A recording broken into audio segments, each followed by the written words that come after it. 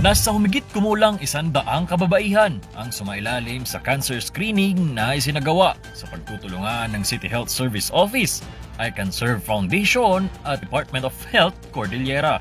Ito ay bahagi sa launching ng Ating Dibdibin, isang partnership program ng lokal na pamahalaan at iCanServe Foundation kung saan layong gumawa ng isang community-based breast cancer control program na tututok sa prevention, early detection at sapat na suporta sa mga cancer patients. Ayon kay Mayor Benjamin Magalong, mahalagang tutukan ang mga gaps pagdating sa healthcare system at masiguro ang mas mabilis at accessible na gamutan para sa mga cancer patients. Para naman kay Dr. Ana Marie Banta, Cancer Control Program Manager ng CHSO, mainam na magkaroon ng prevention at early detection sa cancer upang maagapan at di na humantong sa advanced stage nito.